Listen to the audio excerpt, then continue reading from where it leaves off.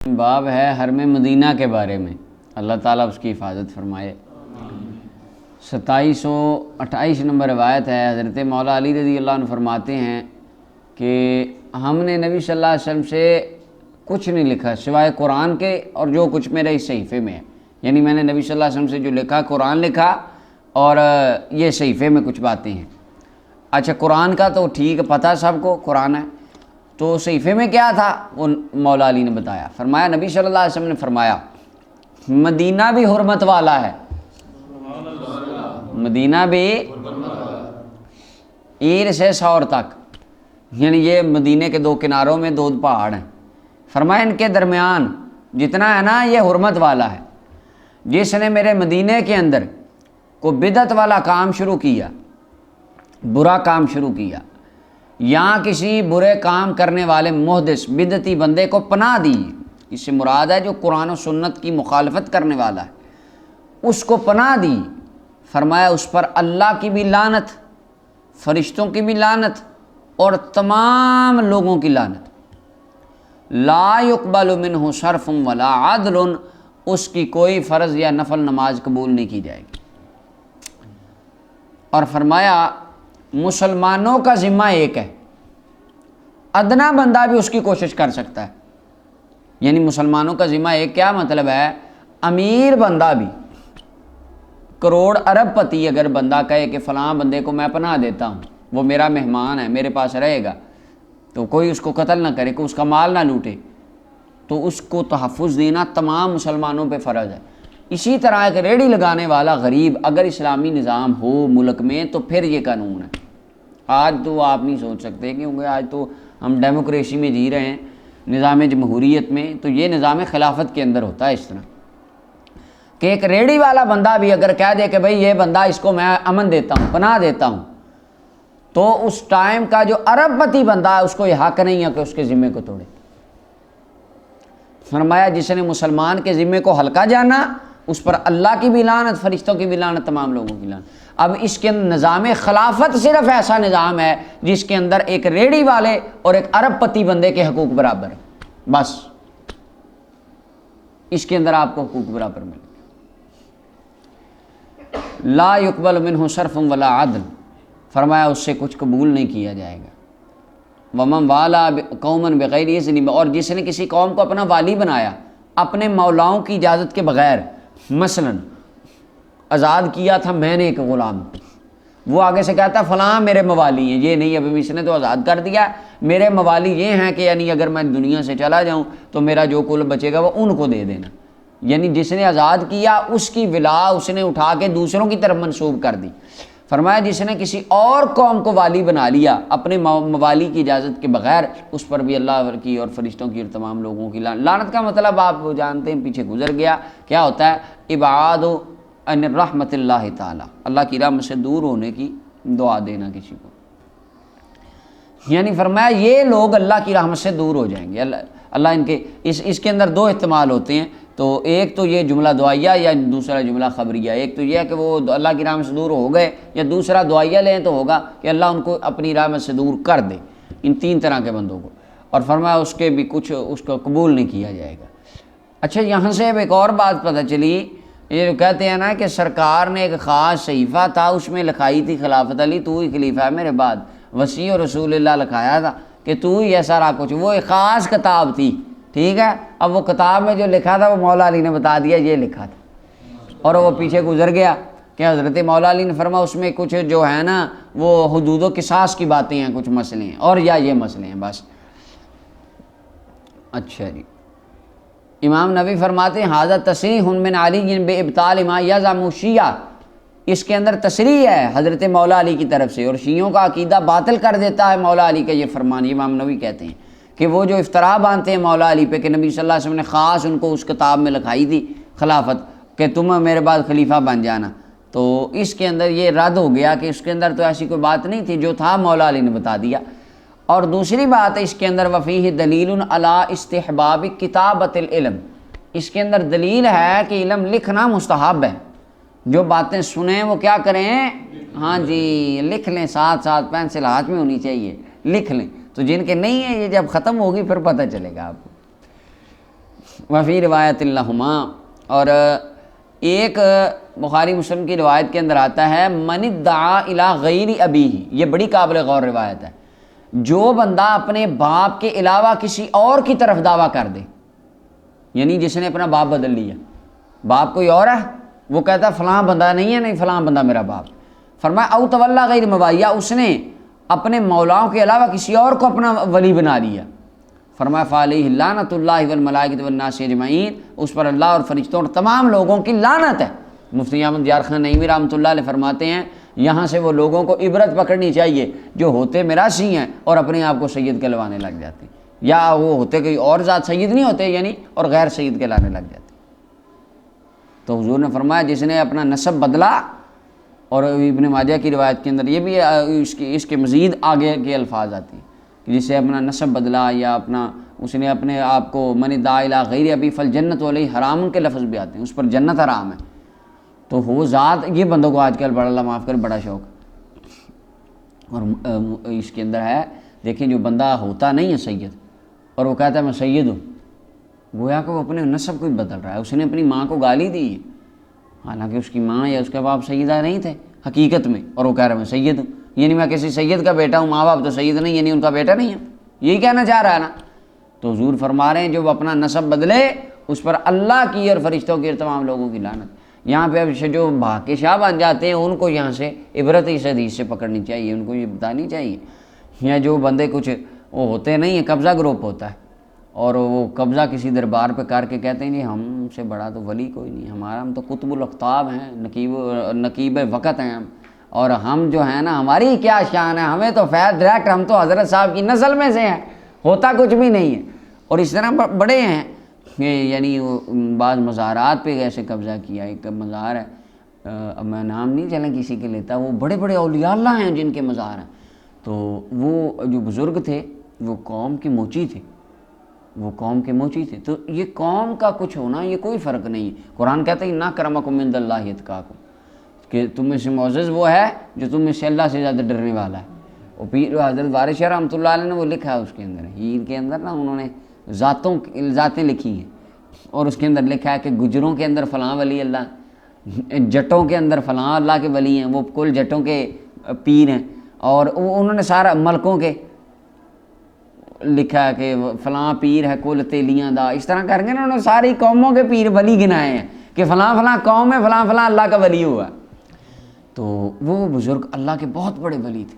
وہ ویسے ذات کے قوم کے ان کی وہ جو موچی تھے مشہور۔ آگے سے کچھ مجاور آئے، انہوں نے دربار پہ قبضہ کر لیا اور وہ کہنے لگے ہم تو سید ہیں، حضرت صاحب ہی سید تھے، حالانکہ لوگوں کو پتا کہ حضرت صاحب تو سید نہیں تھے۔ تو وہ بیچارے خود وہ میراثی ہیں اور انہوں نے قبضہ کر کے وہ سید بن گئے وہاں پہ مزار پہ، اور آج ان کا قبضہ ہے اور وہاں پہ وہ جو خرافات ہیں وہ کر رہے ہیں۔ اسی طرح بہت بڑے اللہ تعالیٰ کے ولی تھے، بہت بڑے ولی تھے اللہ تعالیٰ کے کمال کے، تو انہوں نے شادی نہیں کی تھی، ان کی اولاد نہیں تھی، تو وہ وہاں کے گاؤں کے کچھ نائی تھے، انہوں نے قبضہ کر لیا ان کے مزار پہ، تو وہ بھی کہنے لگ پڑے کہ ہم ان کے حضرت صاحب کی اولاد میں سے اور ان کے ہم بیٹے ہیں اور ہمیں تو ڈائریکٹ فیض آ گیا۔ تو یعنی یہ بڑی بیماری ہے، ذات بھی بدل لیتے ہیں اور دربار پہ بھی قبضہ کر لیتے ہیں اور صرف عقیدتیں بٹورنے کے لیے یہ کام کرتے ہیں۔ اچھا جی آگے 2729 نمبر روایت ہے، حضرت سعد رضی اللہ عنہ فرماتے ہیں نبی صلی اللہ علیہ وسلم نے ارشاد فرمایا میں حرمت والا بناتا ہوں مدینے کے دو کناروں کے درمیان جتنی جگہ ہے کہ اس کے درخت کو کاٹا جائے یا اس کے شکار کو قتل کیا جائے، اور فرمایا مدینہ ہی ان کے لیے بہتر ہے اگر لوگ جان لیں اس کی شان کو، تمہارے لیے مدینہ ہی بہتر ہے مدینہ۔ تو یہ حدیث دلیل بنا کے امام مالک فرماتے تھے لوگوں اب مدینہ مکے سے افضل ہے، کیوں؟ اور حضرت شیخ صاحب سے بھی کسی نے پوچھا، شیخ شہاب الدین سہروردی سے پوچھا کسی نے کہ حضرت صاحب اور شیخ صاحب مکہ افضل ہے مدینہ افضل ہے؟ جمہور محدثین کہتے ہیں مکہ افضل، امام مالک کہتے ہیں نہیں مدینہ افضل ہے۔ شیخ صاحب فرماتے ہیں جب رسول اللہ مکے میں تھے مکہ افضل تھا، اب حضور مدینے میں آگے مدینہ افضل ہو گیا۔ تو تو عاشقوں کا یہ مذہب ہے امام مالک والا کہ اب سرکار جہاں پہ ہے نا حرمت وہیں پہ ہے اور عظمت وہیں پہ ہے۔ اچھا جی تو فرمایا مدینہ ان کے لیے بہتر ہے اگر وہ جان لیں۔ فرمایا کوئی بندہ بھی مدینے سے اعراض کر کے اس کو نہیں چھوڑتا، مگر اللہ اس کی جگہ بہتر بندہ لے آتا ہے مدینے میں، یعنی دل کا کمزور بندہ وہ اللہ تعالیٰ مدینے میں اس کو رکھتا نہیں ہے، اللہ اس کی جگہ بہتر لے، جو جاتا ہے نا رب اسے اچھا لے آتا ہے یہاں پہ۔ اور فرمایا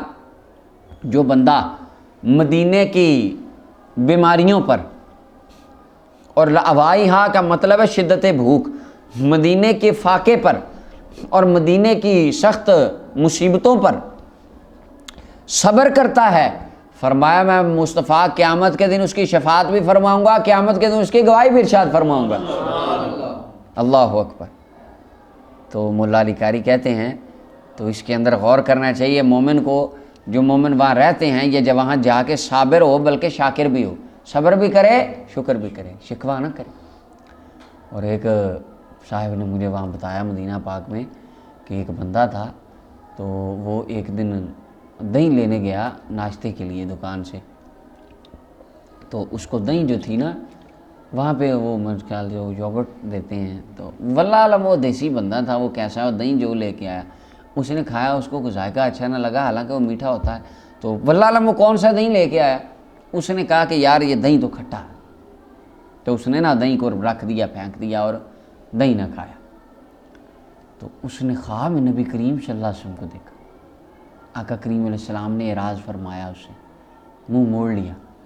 تو عرض کرتا ہے یا رسول اللہ آپ مجھ سے ناراض ہیں؟ تو فرمایا تم اس شہر میں چلے جاؤ جہاں سے تمہیں میٹھا دہی ملتا ہے، میرے شہر کا دہی تمہیں کھٹا لگتا۔ تو یعنی اتنا اتم درجے کا ایک احتیاط ہے اس مقام میں کہ ایک رائی کے دانے کے برابر بھی وہاں کو بےدبی نہ ہو جائے، جو ہے جیسا ہے اس جیسا کائنات میں ہے ہی کہیں نہیں بس۔ تو فرمایا حاجی کو اس طرح جانا چاہیے، وہاں جا کے یہ نہ طرح طرح کی خواہشیں کرتا رہے۔ اچھا خواہشیں پوری بھی وہاں ساری ہو جاتی ہیں، یہ تو اس کے اوپر تو ایک نہیں کروڑ تجربہ ہے، ایک کو کروڑ تجربہ کہہ لیں آپ، کہ بندہ کہتا ہے ایک نہیں ہزار حاجی نے سنائی ہیں یہ باتیں کہ جی ادھر میرے دل میں خیال آیا، اگلا چونک بدلا نہیں تھا، حاجت پوری ہو چکی تھی، یہ مدینہ یہ مسجد۔ اچھا کئی بندے ہمارے بڑے شہزادے ہوتے ہیں، وہ نعوذ باللہ جا کے نا وہاں پہ نبی کریم صلی اللہ علیہ وسلم کی رحمت کو اللہ معاف کو ٹیسٹ کرتے ہیں، پھر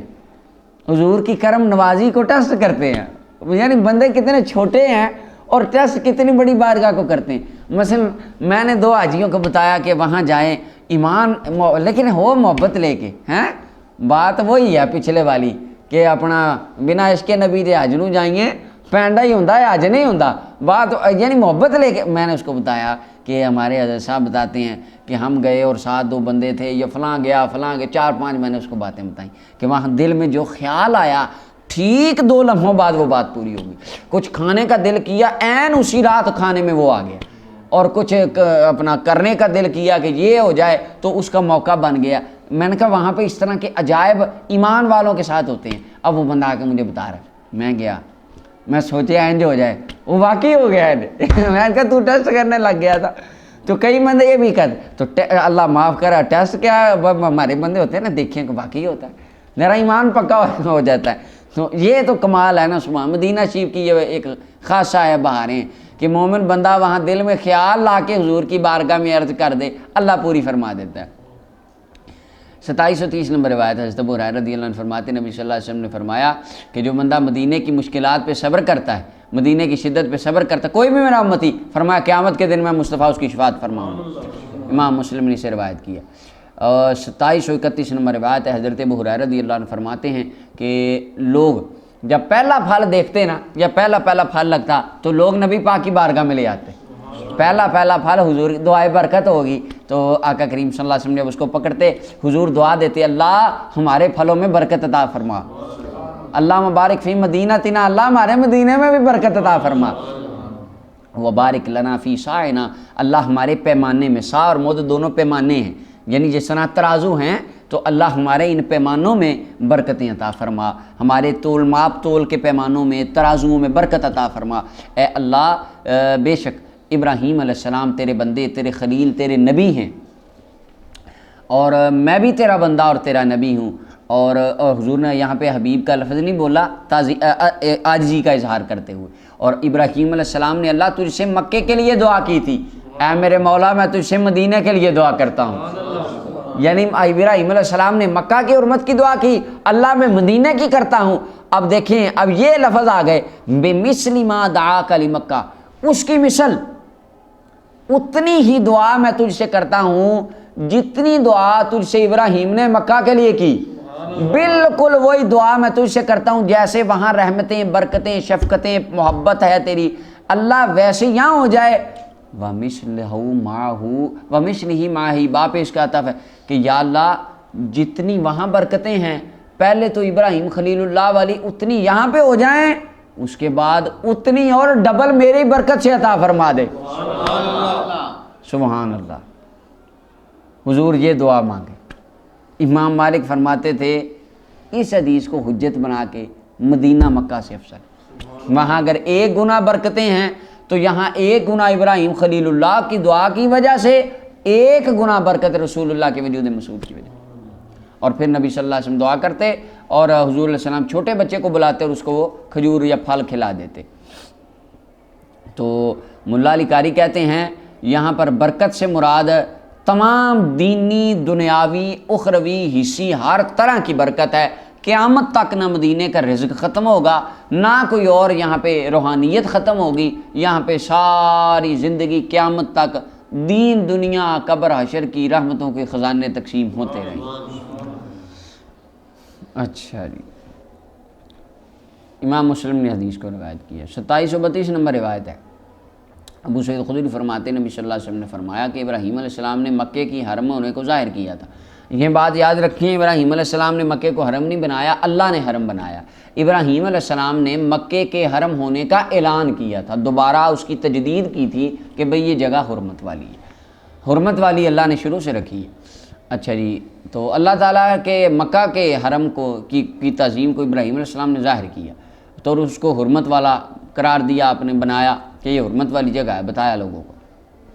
اور حضور نے فرمایا میں مدینہ کو حرمت والا بناتا ہوں، مدینہ کے درمیان میں خون نہ بہایا جائے اور اس کے اندر لڑائی کے لیے اسلحہ نہ اٹھایا جائے۔ اسی وجہ سے حضرت عثمان غنی رضی اللہ تعالیٰ عنہ نے شہادت قبول کی، لیکن آپ نے مدینہ میں جنگ نہیں کی۔ اور مولا علی پاک بھی اسی وجہ سے کوفہ چلے گئے تھے مدینہ طیبہ سے کہ کہیں میری وجہ سے یہاں پر مدینہ المنورہ کے اندر خون نہ بہایا جائے۔ ولا تخبط فیہا شجرہ الا، اور فرمایا اس کے اندر درخت نہ کاٹا جائے مگر چارے کے لیے۔ اچھا یہاں پہ جو بات ہے نا کہ مکہ، حرم مکہ اور حرم مدینہ دونوں کی عظمت وراء الورا ہے، تعظیم کے دونوں قابل ہیں اور دونوں کو اللہ تعالیٰ، اللہ کے محبوب صلی اللہ علیہ وسلم نے حرمت والے مقام بنایا۔ اس میں علماء کا اختلاف ہے کہ کیا مکہ المکرمہ میں جو احکام ہیں، جس طرح کسی پرندے کا شکار کرنا، جانور کا شکار مکے میں حرام ہے، حالانکہ جمہور علماء کہتے ہیں مدینہ طیبہ میں پرندے وغیرہ کا شکار کرنا جائز ہے۔ مکہ المکرمہ میں کانٹا کاٹنا بھی حرام ہے، چاہے جائے کہ کوئی بندہ درخت یا درخت کی ٹہنی یا گھاس کاٹے، سوا صرف اذخر کی خشک گھاس کی اس کی اجازت ہے، وہ بھی فرمایا اور جلانے کے لیے کام آتا ہے، اس کے علاوہ وہاں پہ کوئی چیز کاٹنا۔ لیکن مکہ مدینہ المنورہ کے اندر چارے کے لیے گھاس وغیرہ کاٹنا، درخت وغیرہ چننا، یہ اس کی اجازت دی گئی۔ یعنی اس سے یہ پتہ چلتا ہے حرم مدینہ احکامات میں بالکل حرم مکہ کی طرح نہیں ہے، یعنی مکہ کی کچھ خصوصیات ہیں، وہاں پہ کانٹا توڑنا، کوئی درخت کاٹنا الاؤ نہیں ہے، کوئی پرندہ شکار جانور کرنا الاؤ نہیں ہے، مدینہ میں چیزیں الاؤ ہیں۔ یعنی حرمت، عظمت و شان، تعظیم، توقیر، ادب، احترام دونوں کا ایک جیسا ہے، لیکن احکامات کے اندر مکہ المکرمہ کے اندر پابندیاں کچھ زیادہ ہیں۔ اس کی وجہ صوفیہ کہتے ہیں مکہ المکرمہ کے اندر جلال غالب ہے، مدینہ المنورہ میں جمال غالب ہے، تو پابندیاں وہاں زیادہ ہی ہوں گی، یہاں ذرا اس کی رخصت ہے۔ امام مسلم نے اس حدیث کو روایت کیا، تو اس پر آگے لمبی بحثیں کی ہیں۔ وہ مولا علی قاری فرماتے ہیں یہ جو مکہ کو مدینہ طیبہ سے نبی علیہ السلام نے تشبیہ دی ہے کہ میں بھی اسی طرح مدینے کو حرم بناتا ہوں جیسے ابراہیم علیہ السلام نے اعلان کیا تھا، تو یہ تشبیہ من بعد الوجود تھی۔ جیسے قرآن کریم میں ان مثل عیسیٰ عند اللہ کا مثل آدم، عیسیٰ علیہ السلام کی مثال اللہ کے ہاں سے جیسے آدم علیہ السلام کی۔ کیا مطلب؟ آدم علیہ السلام کا 90 فٹ تھا، عیسیٰ علیہ السلام کا 90 فٹ تھا؟ نہیں، ایسا تو نہیں ہے۔ آدم علیہ السلام جنت میں رہے، کیا عیسیٰ علیہ السلام بھی جنت میں رہے؟ نہیں ہے، سبھی نہیں ہے۔ تو یعنی کلی طور پہ تشبیہ نہیں دی جا رہی عیسیٰ علیہ السلام کو آدم علیہ السلام سے، ایک بات میں دی جا رہی ہے کہ جس طرح آدم علیہ السلام بغیر باپ کے پیدا ہوئے، عیسیٰ علیہ السلام بھی بغیر باپ کے پیدا۔ یہ صرف ایک کام میں تشبیہ ہے تو فرمایا یہ ان کی طرح ہے، یعنی ایک کام میں ان کی طرح ہے۔ اسی طرح حرم مکہ، حرم مدینہ مکہ کی طرح ہے، تعظیم، توقیر، احترام اور بعض احکامات، کلی طور پہ جو پابندیاں وہاں ہیں وہ یہاں نہیں ہیں۔ اچھا جی،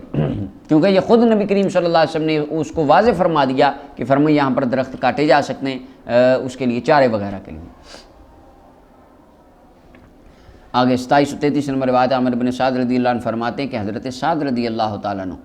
وہ اپنے ڈیرے پر جا رہے تھے، مال کی طرف، ڈیرے کی طرف جا رہے تھے، اپنے مکان کی طرف، وادی عقیق میں تھا۔ تو آپ نے ایک غلام کو دیکھا، وہ درخت کاٹ رہا تھا، جھاڑ رہا تھا، آپ نے اس کا سامان چھین لیا۔ جب حضرت سعد واپس آ گئے تو غلام کے اہل و عیال، اس کے آقا اور اس کے وہ آئے والی، اور انہوں نے کہا کہ اس کے یہ چیزیں واپس لے دیں۔ تو حضرت معاذ نے فرمایا میں کبھی وہ چیز نہیں لٹاؤں گا جو رسول اللہ صلی اللہ علیہ وسلم نے مجھے بطور غنیمت عطا فرمائی ہے، اور آپ نے انکار کر دیا کہ ان کو میں لٹاؤں گا۔ یہ بات صحابہ کرام رضوان اللہ علیہم اجمعین کا اجتہاد تھا، وہ سمجھتے تھے کہ مکہ المکرمہ کے اندر جس طرح درخت کا کاٹنا حرام ہے اسی طرح یہاں پہ بھی حرام ہے، اور حضور نے فرمایا جو کاٹے تو اس کے تم سامان اس کا چھین لو۔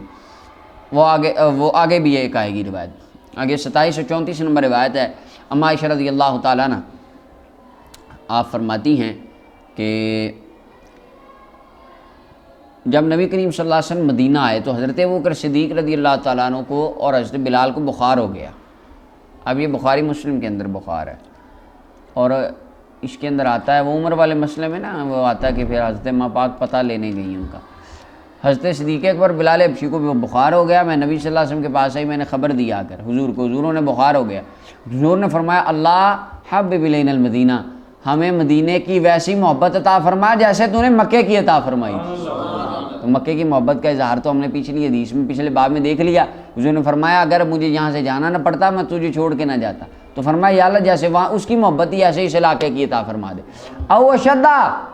مکے سے زیادہ مدینہ کی محبت ہمیں عطا فرما۔ سبحان اللہ۔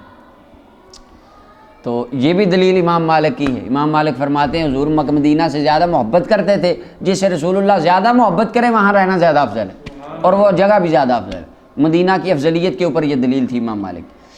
اور یا اللہ اس کو صحیح کر دے، یعنی اس کی آب و ہوا کو صحیح کر دے، اور اس کے پیمانوں میں برکتیں عطا فرما، ترازو میں ہماری چیزیں تولنے ماپنے کے پیمانوں میں برکتیں عطا فرما، اور اللہ مدینے کا بخار وادی جوفا کی طرف منتقل فرما دے، یعنی یہاں پر نہ ہو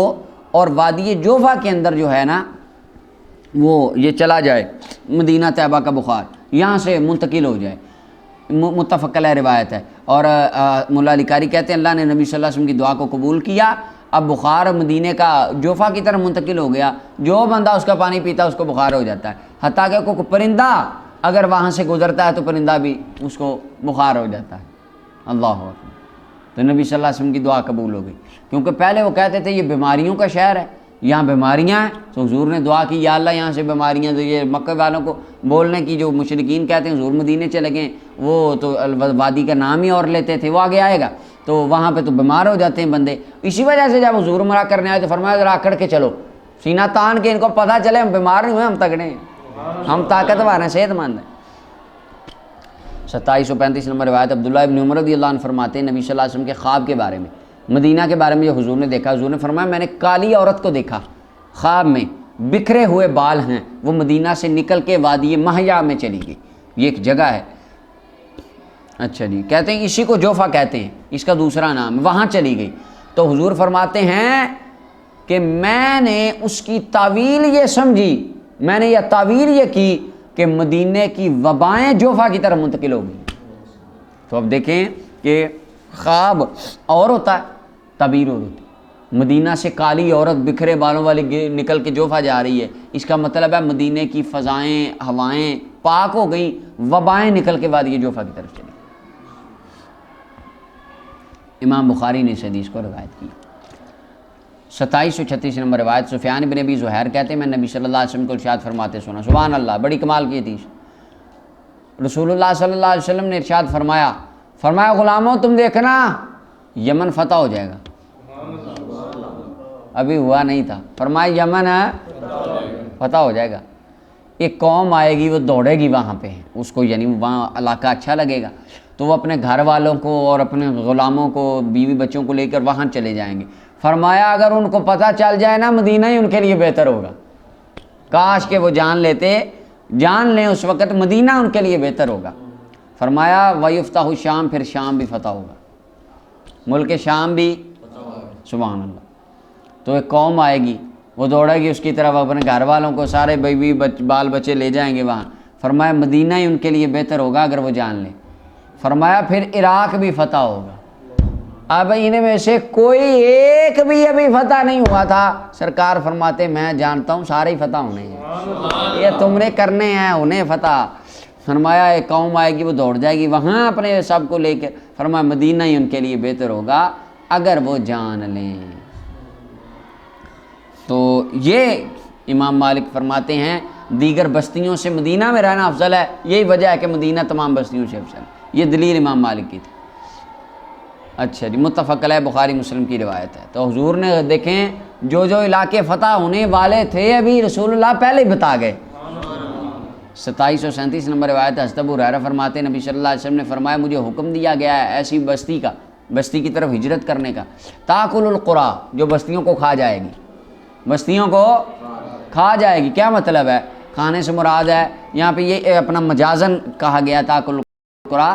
علی سبیل التمثیل، مثال سمجھانے کے لیے، مراد یہ ہے کہ وہ بستی تمام بستیوں پر غالب آ جائے گی، یعنی اس کے رہنے والے دنیا کی باقی بستیوں کو فتح کریں گے، یہ مطلب ہے۔ جس طرح کہتے ہیں نا کہ یار وہ ایک بندہ تھا، اس کو ایک دوست ملا، یا فلاں بندہ کا اس کا ایک امپلائر تھا، یا اس کے وہ تو اس کو کھا ہی گئے ہیں، ہے نا؟ اس طرح ہمارے یعنی عرف میں جملہ بولا جاتا ہے یار فلاں بندہ تھے انہوں کھا ہی گیا ہے، کیا مطلب اس کو نکل گیا؟ نہیں، کہ اس کو لوٹ لیا ہے اور اس کے اوپر اس نے اپنا غلبہ جما کے اس کا مال لے لیا ہے، اسی طرح۔ تو یہاں فرمایا وہ بستی کھا جائے گی، کیا مطلب؟ کہ بستی کے رہنے والے لوگوں کو فتح کر لیں گے علاقوں کو، اور بستی تمام بستیوں پر غالب آ جائے گی۔ فرمایا یقولون، لوگ اس کو یثرب کہتے ہیں، واہی المدینہ، حالانکہ وہ مدینہ ہے، لوگ یثرب کہتے ہیں اب مدینہ ہے۔ فرمایا تنفی الناس، لوگوں کو ایسے صاف کرتا ہے وہ میرا مدینہ جیسے بھٹی لوہے کے زنگ کو صاف کر دیتی، جو میرے مدینے میں آتا ہے میرا مدینہ اس کو ایسے صاف کر دیتا ہے، سبحان اللہ۔ تو امام بخاری اور مسلم نے اس حدیث کو روایت کیا۔ اور حضرت عیسیٰ ابن دینار کہتے تھے جو آج بندہ قصداً ارادے کے ساتھ مدینہ طیبہ کو یثرب کہے، یہ میں بطور حکایت بول رہا ہوں، میں نام نہیں لے رہا، ہے مدینہ طیبہ، تو قرآن کریم میں بھی حکایت تو اللہ تعالیٰ نے بیان کی ہے، وہ قرآن کریم میں فرمایا وما تسمیۃ فی القرآن بیسرف، یہ حکایت قول المنافقین، وہ منافقوں کا قول ہے جو وہ کہتے تھے یثرب قرآن کریم میں۔ تو آج جو بندہ جان بوجھ کر نبی کریم صلی اللہ علیہ وسلم کے مدینہ طیبہ کو دوسرے نام سے یثرب کے نام سے پکارے اور مدینہ کی جگہ یہ لفظ استعمال کرے، اس کے نامہ اعمال میں خطار گناہ لکھا جائے گا۔ اور بعض سلف فرماتے تھے کہ آج مدینہ طیبہ کو یثرب کہنا حرام ہے، یہ کئی نعت خواں بھی پڑھتے ہیں، طیبہ کے والی وہ ہے نا، اس کی جگہ وہ طیبہ کی جگہ دوسرا نام لگا دیتے ہیں، تو یہ نہیں لگانا چاہیے۔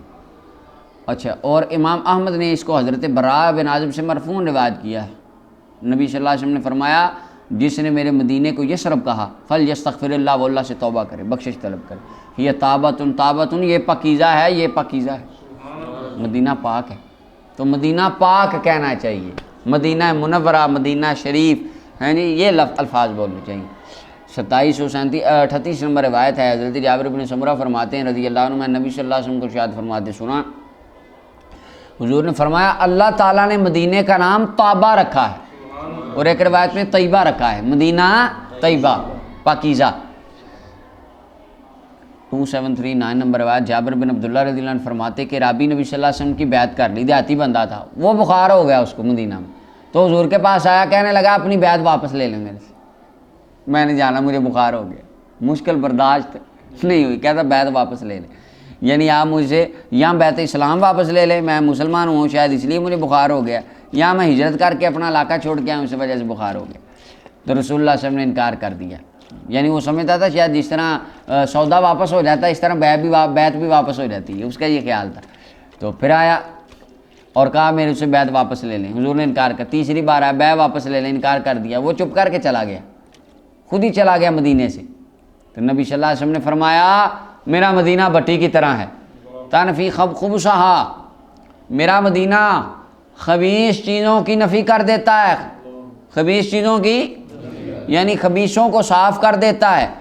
اور یخلص و یتمیز، چھانٹ دیتا ہے. اور فرمایا تنشئ طیبھا، اور جو پاکیزہ ہوتا ہے اس کو نکھار دیتا ہے،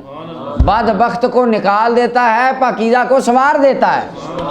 تو اس کے مقدر میں اگر ایمان اور محبت اور خیر ہوتی تو میرا مدینے میں رہتا. اس کو مدینے کی شان نہیں، جب مدینے سے چلا گیا گویا کہ حضور فرما رہے ہیں میرے مدینے نے اس کو کر یہاں قبول ہی نہیں کی، مدینے نے اس کو یہاں قبول اللہ ہو، وہ چلا گیا. متفق علیہ روایت. 2740 نمبر روایت حضرت ابو ہریرہ رضی اللہ عنہ فرماتے ہیں نبی صلی اللہ علیہ وسلم نے فرمایا قیامت قائم نہیں ہوگی حتیٰ کہ مدینہ منورہ، حتیٰ تنفی المدینہ تو شرارہا، اللہ اکبر. فرمایا اس وقت تک قیامت قائم نہیں ہوگی حتیٰ کہ مدینہ اس میں رہنے والے بدتر لوگوں کی چھانٹی کر دے گا، ان کو نکال دے گا اپنے سے، جیسا کہ بٹی لوہے کے زنگ کو نکال دیتی. اور یہ قرب قیامت ہوگا، آگے آ رہی ہے اس حدیث کی تشریح. مدینہ المنورہ کی زمین حرکت کرے گی، جتنے لوگ جن کے دل میں خالص ایمان، خالص اللہ رب العالمین کا ایمان اور رسول اللہ صلی اللہ علیہ وسلم کی محبت نہیں ہوگی، جن کے دل میں نفاق ہوگا، وہ بندے مدینے سے نکل جائیں گے اور جا کے دجال کے ساتھ مل جائیں گے. دجال باہر ان کا ویٹ کر رہا ہو، اور صرف خالص مومن مدینے میں رہ جائیں. امام مسلم نے اس حدیث کو روایت کی. 2741 نمبر روایت ہے، اور حضرت جناب ابو ہریرہ فرماتے ہیں نبی صلی اللہ علیہ وسلم نے فرمایا مدینے کے ہر کنارے پر فرشتے ہیں. فرمایا اس میں طاعون داخل نہیں ہو سکتا، دجال داخل نہیں ہو سکتا. اب طاعون پھیلنے والی وبا تھی، طاعون مدینہ میں انہوں نے پیچھے وہ ایسا اس کی بھی آپ دیکھیں کیا بات ہے. 1450 سال پہلے رسول اللہ صلی اللہ علیہ وسلم نے فرمایا، اور آج 2020-21 میں آ کے انہوں نے رپورٹ کی کہ مدینہ میں ایک بھی کرونا کا ٹیسٹ، وہ ایک ہفتے کی کرونا کا اس وقت لاک ڈاؤن لگا ہوا تھا، تو اس ٹائم آیا تھا، ایک مہینے کی رپورٹ آئی تھی کہ اس مہینے ایک میں ایک بھی کیس مدینہ میں کرونے کا نہیں ہے، کرونا کا نہیں آیا. تو فرمایا اس میں متعدی ہونے یعنی اس وہ وبا تھی، تو اس میں وہ وبا نہیں آئے گی قیامت تک. فرمایا والا دجال بھی کیا اس میں نہیں آئے گا، مکہ اور مدینہ میں دجال داخل نہیں ہو سکے گا، کیونکہ فرشتوں کو دیکھ لے گا، اللہ کے پیرے ہیں. اور ملا علی قاری نے یہاں پہ یہ بات لکھی. ملا علی قاری کہتے ہیں کوئی کافر جن، کسی کافر جن کا جادو، کوئی شیطان حرم مکہ اور حرم مدینہ میں داخل نہیں ہو سکتا. جنات جو مکے میں چلے جاتے ہیں وہ امن میں ہوتے ہیں. آگے یہ آ گئی وہ روایت 2742 نمبر روایت. انس بن مالک رضی اللہ عنہ فرماتے نبی علیہ السلام نے فرمایا ہر شہر کو دجال وہاں چکر لگائے گا، وہاں پھرے گا، اس کے اندر سوائے مکہ اور مدینہ کی. فرمایا اس کے کناروں پر اللہ کے فرشتے ہیں جو صف بنائے کھڑے اس کے پہرا دے رہے ہیں، اس کی ڈیوٹی اللہ کے فرشتے دے رہے ہیں. فرمایا وہ وادی سبخہ میں اترے، یہ قریب مدینہ کے ایک وادی، وادی سبخہ میں اترے گا اور مدینہ المنورہ ہلے گا، مدینہ کی زمین ہلے گی 3 مرتبہ. فرمایا ہر کافر جس کے دل میں کفر ہوگا اور ہر منافق جس کے دل میں نفاق ہوگا وہ نکل کے دجال کی طرف آ جائے. متفق علیہ روایت. یعنی اس کی وجہ دیکھیں وہ لوگ رہ تو رہے ہوں گے، لیکن حضور نے پیچھے فرما دیا میرا مدینہ کسی برے کو قبول نہیں کرتا، اس کو رکھتا زیادہ دیر تک اپنے اندر ہے نہیں. تو بالآخر کیا ہوگا ان کا انجام؟ وہ دجال کے ساتھ نکل کے چلے جائیں. 2743 نمبر روایت ہے. حضرت سعد فرماتے نبی صلی اللہ علیہ وسلم نے فرمایا جو بندہ اہل مدینہ کے ساتھ دھوکہ کرتا ہے، فرمایا وہ ہلاک ہو جاتا ہے، پگھل جاتا ہے جیسا کہ پانی میں نمک پگھل جاتا ہے. یعنی اس نے اپنے آپ پر اتنا ظلم کیا، یعنی اپنی نیکیاں اس نے ساری پگھلا دی، ضائع کر دی، ہلاک کر دی. یعنی یہاں پر مدینہ منورہ کے رہنے والوں کی شان بیان کی گئی. متفق علیہ روایت ہے۔ 2744 نمبر روایت انس بن مالک فرماتے نبی صلی اللہ علیہ وسلم جب سفر سے آتے اور مدینہ منورہ کی دیواروں کو دیکھتے، مدینہ کے مکان نظر آتے، دیواریں آتی، حضور علیہ السلام اپنی سواری کو تیز فرما دیتے، سواری کو تیز فرما دیتے۔ اور اگر آپ ہوتے کسی خچر یا گھوڑے وغیرہ پر سوار ہوتے تو نبی صلی اللہ علیہ وسلم مدینہ اور مدینہ کے باسیوں کی محبت کی وجہ سے اس کو اور تیز فرما دیتے۔ امام بخاری نے اس حدیث کو روایت کی۔ 2745 نمبر روایت ہے، انس بن مالک فرماتے ہیں نبی صلی اللہ علیہ وسلم آپ کے سامنے احد پہاڑ آیا، فرمایا یہ پہاڑ ہم سے محبت کرتا ہے، ہم اسے پیار کرتے ہیں۔ اللہ اکبر، یہ پہاڑ ہم سے محبت کرتا ہے، ہم کیا بات۔ ملا علی قاری کہتے ہیں اگر پہاڑ ہو کے محبت کرے، سرکار اس کی محبت کو جانتے ہیں، تو جو امتی ہو کے پیار کرے سرکار اس کے عشق کو بھی جانتے ہیں۔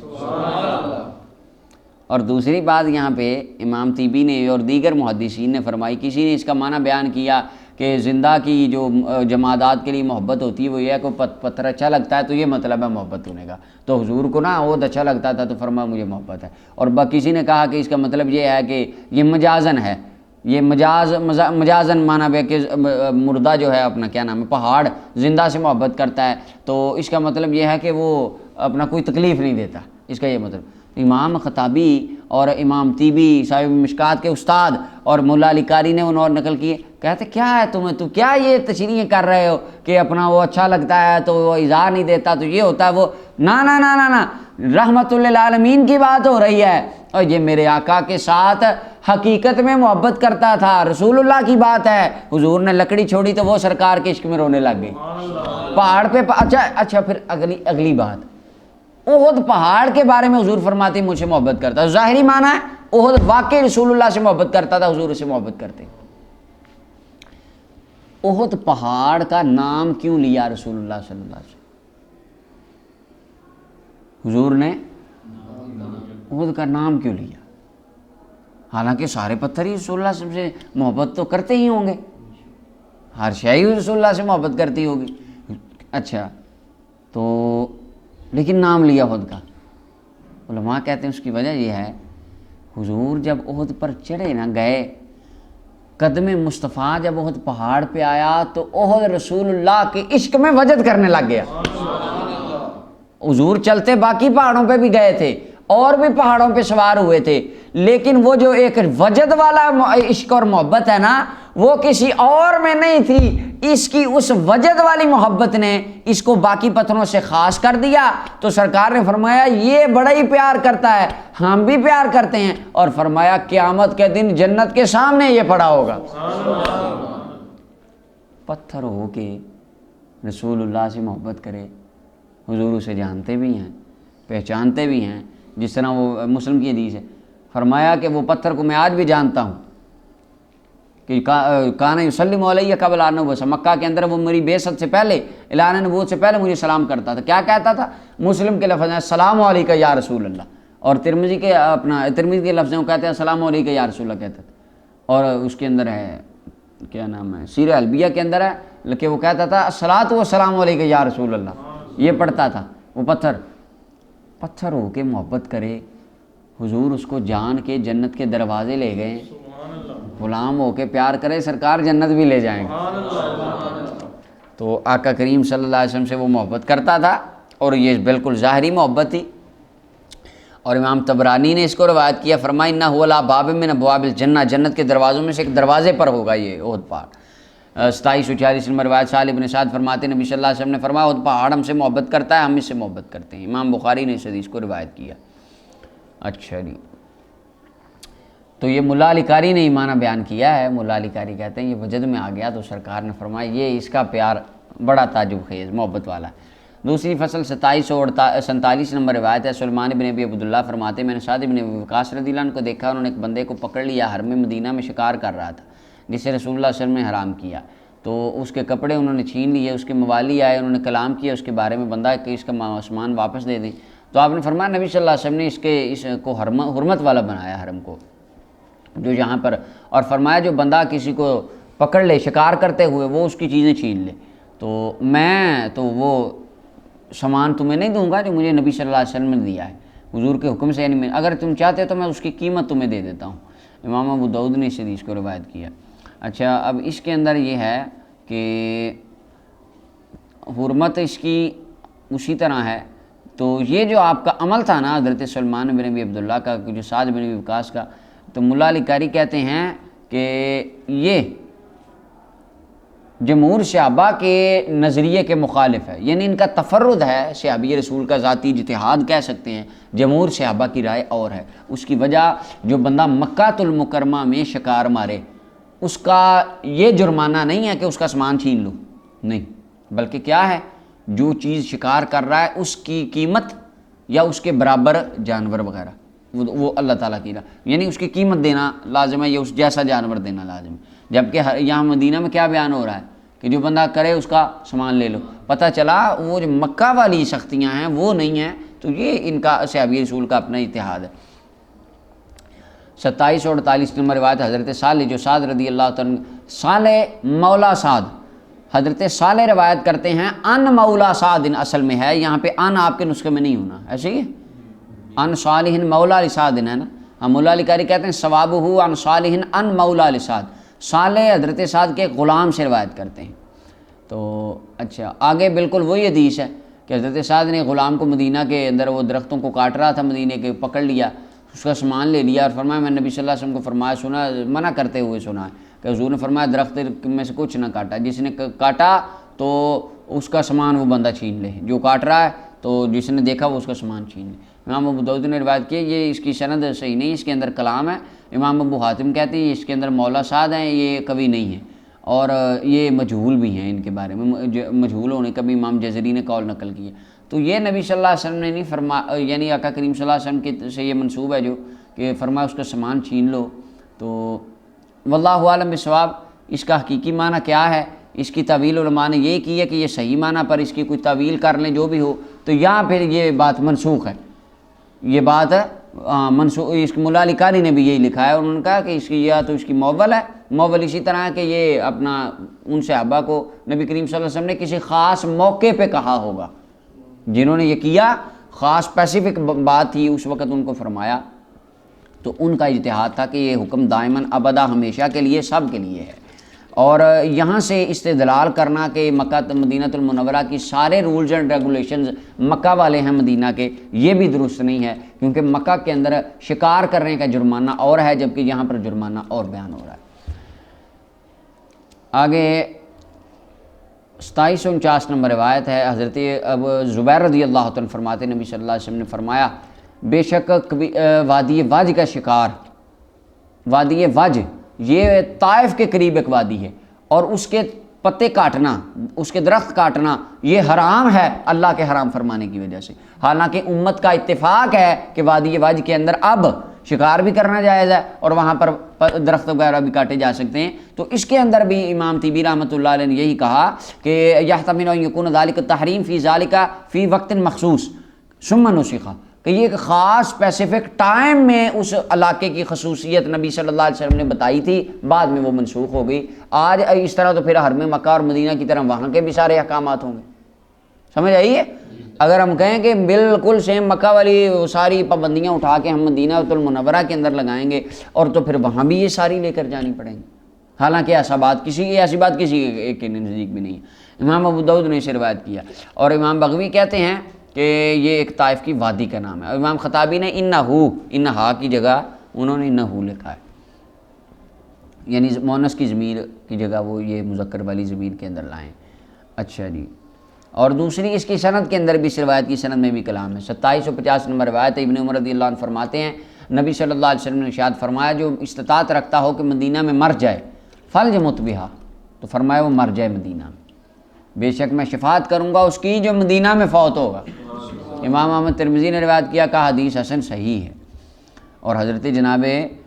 عمر فاروق رضی اللہ عنہ دعا مانگا کرتے تھے، اللہم ارزقنی شہادت فی سبیلک، اللہ اپنی راستے کے اندر مجھے شہادت عطا فرما، واجعل موتی ببلد رسولک، اور موت مجھے تیرے رسول کے شہر میں آئے، سبحان اللہ۔ تو آپ کی دونوں باتیں پوری ہو گئی، شہادت کی موت بھی آئی، آپ قتل کیے گئے، شہید ہیں آپ، اور آپ رسول اللہ کے شہر میں آپ کو وفات ہوئی۔ امام محمد ترمذی نے روایت کیا کہ حدیث حسن صحیح ہے۔ 2751 نمبر روایت ابو ہریرہ فرماتے ہیں نبی صلی اللہ علیہ وسلم نے فرمایا آخری بستی اسلام کی بستیوں میں سے جو خراب ہوگی وہ مدینہ، سب سے اینڈ پہ تباہی مدینے میں شروع ہوگی، مدینہ کے حالات بدل جائیں گے، اور وہ شروع ہو گئی۔ اب مدینہ المنورہ کے اندر اب وہ معاملات سارے اور طرح کے ہو گئے،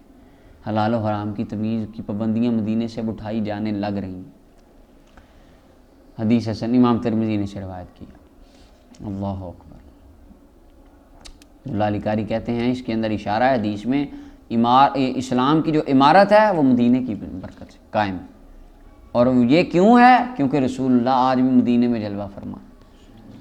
2752 نمبر روایت جریر بن عبداللہ نبی صلی اللہ علیہ وسلم سے روایت کرتے ہیں کہ آپ نے فرمایا اللہ تعالیٰ نے میری طرف وہی فرمائی کہ میں 3 جگہوں میں سے کسی کی طرف ہجرت کر جاؤں،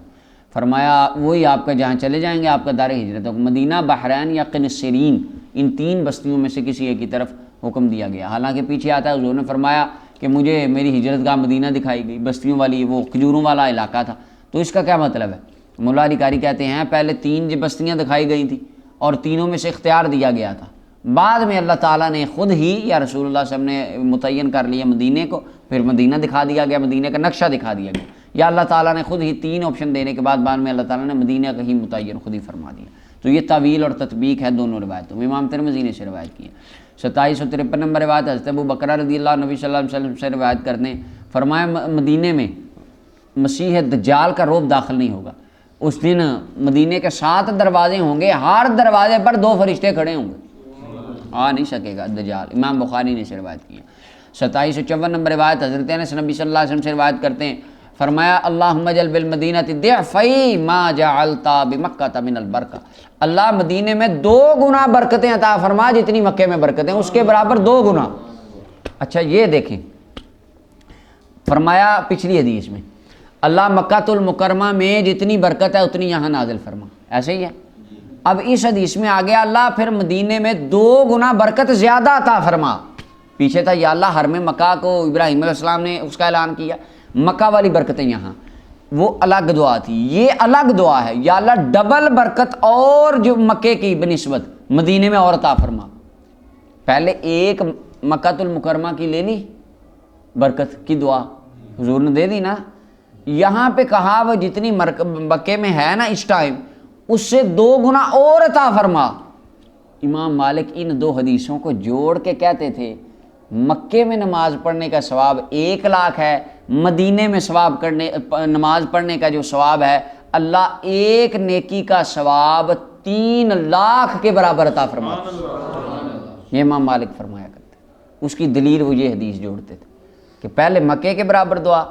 اور حالانکہ حدیث میں آتا ہے نبی علیہ السلام نے فرمایا جو مسجد نبی میں نماز پڑھنا 50,000 نمازوں کے برابر ہے۔ امام مالک اس کی تطبیق کرتے ہیں، امام مالک کہتے ہیں صحیح ہے حرم مکہ میں 1,00,000 کا ثواب تھا، مدینہ میں جب حضور آئے 50 کا تھا، لیکن بعد میں حضور نے دعا کی اللہ مکے والی برکت یہاں، اس ٹائم 1,00,000 کا ہو گیا تھا، بعد میں حضور علیہ السلام نے دعا مانگی اللہ 2 گنا مکے سے زیادہ برکت، پھر 3 لاکھ والا ہو گیا ثواب۔ اب قیامت تک جو مدینے میں نماز پڑھے گا رب اس کو 3 لاکھ نمازوں کا ثواب عطا فرماتا ہے۔ یہ امام مالک رحمۃ اللہ علیہ کا فتویٰ، اور امام مالک محدث ہے،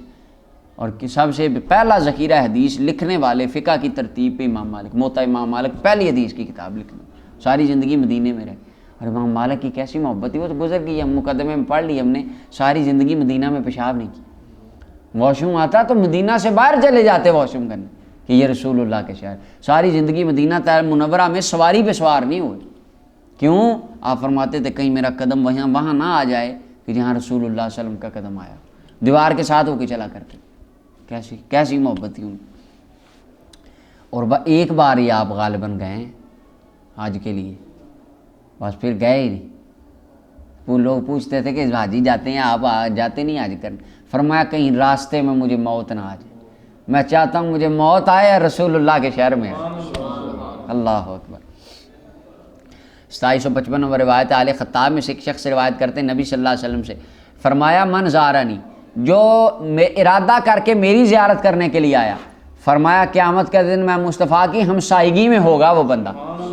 اور فرمایا جو مدینے میں ٹھہرا اور صبر کیا مدینے کی مشکلات پر، میں اس کی گواہی بھی دوں گا اور قیامت کے دن اس کی شفاعت بھی فرماؤں گا۔ اور فرمایا جو دو حرموں میں سے کسی ایک حرم میں مر گیا، اللہ تعالیٰ اس کو قیامت کے دن امن والوں میں اٹھائے گا، عذاب سے امن میں وہ بندہ ہوگا۔ اچھا، تو یہاں پہ نبی علیہ السلام نے فرمایا جو بندہ قصد کر کے میری زیارت کرنے آیا صرف، قیامت کے دن میرے پڑوس میں ہوگا۔ تو یہاں سے بعض علماء ایسے صوفیاء ایسے تھے، وہ حج کرنے گئے، مدینہ گئے ہی نہ، واپس آ گئے۔ تو لوگوں نے کہا کہ یہ کیا، مدینہ نہیں گئے؟ انہوں نے کہا نہ نہ نہ، یہ کیا ہوا، حج کرنے جاؤں اور حج کر کے ساتھ ہی مدینے کا چکر لگا کے ایک ٹکٹ میں دو کام کر رہا ہوں؟ نہیں، اب ذرا رک گیا ہوں، آ گیا ہوں حج کرنے، اب دوبارہ سامان لے کے جاؤں گا اور صرف مدینہ ہی جاؤں گا، اب مکے نہیں جاؤں گا، اب بس رسول اللہ کو سلام کرنے جاؤں گا۔ ایک ہی مقصد لے کے گھر سے جاؤں گا کہ میں اپنے محبوب کو سلام کرنے جا رہا ہوں، پھر عمرے نہیں ہوا، عمرے آج ہو گئے بس، اب رسول اللہ کو سلام، یعنی وہ اس حدیث کی وجہ سے فرمایا من زارنی متعمدن، جو صرف ارادہ میری زیارت کا کر کے آیا، اللہ قیامت کے دن اس کو میرا پڑوس عطا فرمائے گا۔ اللہ اکبر۔ تو امام ابن حمام فرماتے ہیں، امام ابن حمام کہتے ہیں اولا یہ ہے کہ بندہ جب مدینہ کی طرف جائے نا تو الاولا تجرید النیت للزیارہ، بندہ پہلی نیت یہ نہ کرے کہ میں مسجد نبوی میں نماز پڑھوں گا، مجھے 50,000 نماز کا ثواب ملے گا، میں وہاں پہ احد پہاڑ کو دیکھوں گا، میں وہاں پر فلاں جگہ، نہ، ایک ہی ارادہ دل میں کرے کہ میں اپنے محبوب علیہ السلام کا گنبد خضرا دیکھنے جا رہا ہوں، میں رسول اللہ کو سلام کرنے جا رہا ہوں، وہ نیت لے کے آئے گا، اس کا سفر بابرکت ہوگا، بس سرکار کے وسیلے سے رب سارے کام مدینے کے کرا دے۔ وہ اب واللہ عالم کس طرح اللہ تعالیٰ فرماتے ہیں ان کے طفیل رب نے حج بھی کرا دیے، یعنی رسول اللہ کے صدقے پھر حج بھی ہو ہی گئے سارے، ان کے طفیل رب نے حج بھی کرا دیے۔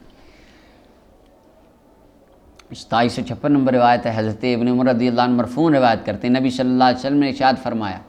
اچھا یہ سند یہ حدیث صحیح ہے، اور اس کو حضرت امام عبدالحق تھے، امام عبدالحق الاشبیلی، انہوں نے اس حدیث کو صحیح کہا ہے، یہ حدیث، اور اس کا ایک نہیں، اس کے بے شمار طرق ہیں اور اس کے شواہدات ہیں، 27 سندیں اس کی امام سمودی رحمۃ اللہ علیہ نے وفا میں لکھی، وفاء الوفا بحوال دار المصطفیٰ کے اندر تقریباً 27 سندیں اس کی لکھی اس حدیث کی۔ اب کوئی بندہ کہے ایک سند ضعیف ہے تو سر ایک ضعیف ہے، باقی 26 حدیثیں ہیں، 26 سندیں مختلف۔ حضرت ابن عمر حدیث مرفوع بیان کر نبی صلی اللہ علیہ وسلم نے فرمایا جس نے حج کیا، میری قبر کی زیارت کرنے آیا بعد موتی، میرے دنیا سے جانے کے بعد، فرمایا کان کمن زارنی فی حیاتی، وہ ایسے ہی ہے جیسے زندگی میں مجھے دیکھنے آیا، اللہ تعالیٰ اس کو اجر و ثواب عطا فرمائے گا میرے مدینے میں آنے کا، سبحان اللہ۔ تو اس کے اندر بھی تشبیہ من بعد الوجوہ ہے، تو یعنی فرمایا رب تعالیٰ اس کو آنے کا، اور ملا علی قاری فرماتے ہیں کہ اظہر یہ ہے، یہ عالموں والی بات ہے، علم کو دیکھ کر بات یہی ہے کہ اظہر یہی ہے، ابتدا حج سے بندہ کرے، اولا یہی ہے کہ حج کرے، کیونکہ حج اللہ کا حق ہے، اور زیارت کرنا نبی کریم صلی اللہ علیہ وسلم کا مدینہ طیبہ جانا حضور کا حق ہے، اور اللہ کا حق رسول اللہ کے حق سے مقدم ہے، لہذا پہلے حج کرے، حج کے بعد مدینے کا سفر کرے۔ اچھا جی، تو پہلی بار جو بندہ حج جس نے کر لیا، بعد میں پھر اس کے لیے اختیار ہے، وہ جدھر مرضی پہلے جائے۔ امام بہقی نے ان دونوں حدیثوں کو شعب الایمان میں روایت کیا، اور ملا علی قاری کہتے ہیں اس باب میں بہت حدیثیں ہیں، بڑے فضائل آئے ہیں، من ان کا رہا جو ان کا انکار کرے، ان مان کر ما فیہا من بدع نکیرہ، اس نے بالکل ایک یعنی اس کو اپنے لفظوں میں کہوں تو اس بندے نے بے شرمی کی حد کر دی جو ان چیزوں کا انکار کر رہا ہے، ان حدیثوں کا، اور ان کا فضائل میں اتنی روایتیں آئی ہیں، تو وہ تو یوں ہی بس ہٹ دھرم بندہ ہے جو انکار کر رہا ہے اس کا۔ اور ملا علی قاری کہتے ہیں اس کے اوپر ایک اور جگہ پہ میں نے کلام بڑی طوال سے کر، وہ رسائل ملا علی قاری اب تو چھپ گئے ہیں۔ 2757 نمبر روایت یحییٰ بن سعید فرماتے ہیں نبی صلی اللہ علیہ وسلم بیٹھے ہوئے تھے اور ایک قبر کھودی جا رہی تھی مدینہ میں، تو ایک بندے نے قبر میں دیکھا اور کہا کہ کتنا برا ٹھکانہ ہے مومن کے لیے، تو نبی صلی اللہ علیہ وسلم نے فرمایا تو نے کتنی بری بات کی؟ وہ بندہ کہنے لگا حضور میرا ارادہ یہ نہیں تھا کہ میں کہہ رہا ہوں کہ بندے کی قبر بری ہے، میرا ارادہ تھا شہادت فی سبیل اللہ، یعنی میرا مقصود تھا اگر یہ بندہ اللہ کی راہ میں شہید ہوتا تو کتنی افضل موت آتی، یہ یہاں ہی بستر پہ پڑا ہی فوت ہو گیا اور یہاں جانے لگا قبر میں۔ تو نبی صلی اللہ علیہ وسلم نے فرمایا اللہ کی راہ میں قتل ہونا مدینے کی قبر کے برابر نہیں ہے، ایک بندہ شہادت کا درجہ پا کے دفن ہو جائے کہیں، ایک بندہ میرے مدینے میں دفن ہو جائے، یہ مدینے والا اس سے افضل ہے۔ کل الوجوہ نہیں ہے، بعض الوجوہ تشبیہ ہے۔ اور فرمایا ما علی الارض بقعۃ احب الی، اور فرمایا کوئی بھی زمین مجھے اس سے زیادہ محبوب نہیں ہے کہ یکون قبری بہا منہا، کہ میری قبر اس میں ہو، سوائے اس کے، یعنی مجھے پسند ہے۔ رسول اللہ صلی اللہ علیہ وسلم فرماتے ہیں کہ میرا روضہ مدینہ طیبہ میں بنایا جائے، 3 مرتبہ فرمائے۔ امام مالک نے اس کو مرسلاً روایت کیا، اور ملا علی قاری کہتے ہیں قد اجمع العلماء علی ان الموت بالمدینہ افضل بعد اختلافہم، علماء کرام کا اس بات پر اجماع اور اتفاق ہے کہ مدینہ کے اندر موت افضل ہے۔ مرنا کہاں افضل ہے؟ مدینہ۔ یہ اختلاف ہے پھر کہ مجاورت کہاں کی افضل ہے، مکہ کی یا مدینہ کی۔ اچھا جی، تو امام مالک نے اس کو مرسل روایت کیا۔ تو اس کے اندر بھی نبی کریم صلی اللہ علیہ وسلم کا ذوق بتانا کہ 3 مرتبہ حضور نے فرمایا کہ مجھے محبوب ہے میری قبر یہاں پر بن جائے، تو اس کے بارے میں بھی ملا علی قاری امام مالک رحمۃ اللہ علیہ انہوں نے کہا کہ اس کے اندر دلیل ہے کہ مکہ المکرمہ سے مدینہ طیبہ افضل ہے، کیونکہ رسول اللہ نے وہاں پر رہنے کی اور وہاں قبر مبارک بنوانے کی دعا مانگی۔ 2758 نمبر روایت ابن عباس رضی اللہ عنہ فرماتے ہیں عمر ابن خطاب رضی اللہ تعالیٰ نے فرمایا میں نبی صلی اللہ علیہ وسلم کو فرماتے سنا، حضور وادی عقیق میں تھے، سرکار فرماتے میرے رب کی طرف سے میرے پاس آنے والا آیا اور کہا اس وادی مبارک میں نماز پڑھیں اور کہہ دیں عمرہ حج میں ہے، اور ایک روایت میں کہہ دیجئے عمرہ اور حج۔ کیا مطلب ہے اس کا؟ مطلب اس کا یہ ہے کہ یہاں پر نماز پڑھنا آپ کے لیے حج اور عمرے کے برابر ہوگا۔ ایک یہ معنی ملا علی قاری نے بیان کیا ہے، اور دوسرا یہ ہے کہ یہ کیا تھا، یعنی وہاں پر نماز پڑھنا، نبی کریم صلی اللہ علیہ وسلم وادی عقیق میں تھے، مدینہ کے قریب تھے، تو حضور نے فرمایا یہاں نماز پڑھنا جو ہے وہ ایک تو عمرۃ فی حجۃ کا مطلب یہ ہے کہ قیامت تک حج کے اندر عمرہ داخل ہو گیا، جیسا کہ کتاب الحج میں گزر گیا، اور ایک روایت میں حج اور عمرے کا، اس کا مطلب یہ ہے اللہ تعالیٰ حج اور عمرے کا ثواب دے گا۔ مولا علی قاری کہتے ہیں کہ نبی کریم صلی اللہ علیہ وسلم کا خاصہ تھا، اللہ تعالیٰ جب چاہے رسول اللہ کو جس مقام کے ساتھ خاص کر دے، اس ٹائم اسپیسیفک ٹائم میں وہاں پر نماز پڑھنا حج و عمرے کے برابر ہوا تھا، ایک ٹائم میں، وہ آج نہیں ہے،